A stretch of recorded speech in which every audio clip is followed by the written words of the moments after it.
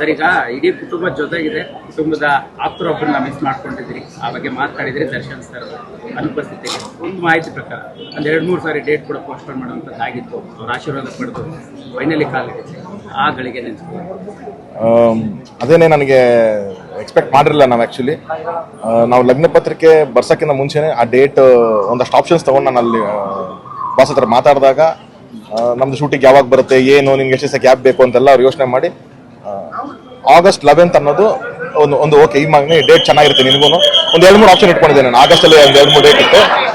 So ಹಾಗಾಗಿ ಅವರು 11th date ಕೊಟ್ಟರು.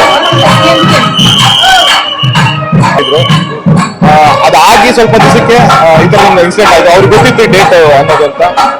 ಹಾಗಾಗಿ ನಾವು ನನ್ಗೆ ತುಂಬ ಒಂಥರ ಡೈಲಮಾ ಇದೆ, ಏನು ಮಾಡ್ಬೇಕು ಅಂತ. ಯಾಕಂದರೆ ಎಲ್ಲಕ್ಕಿಂತ ನಾನು ನೋಡಿದೆ ನಮ್ಮ ತಾಯಿ ಬಿಟ್ಟರೆ ಬಾಸನ್ನು ತುಂಬ ಹೆಚ್ಚು ಮದುವೆ ಮಾಡ್ಕೊಂತೀವಿ.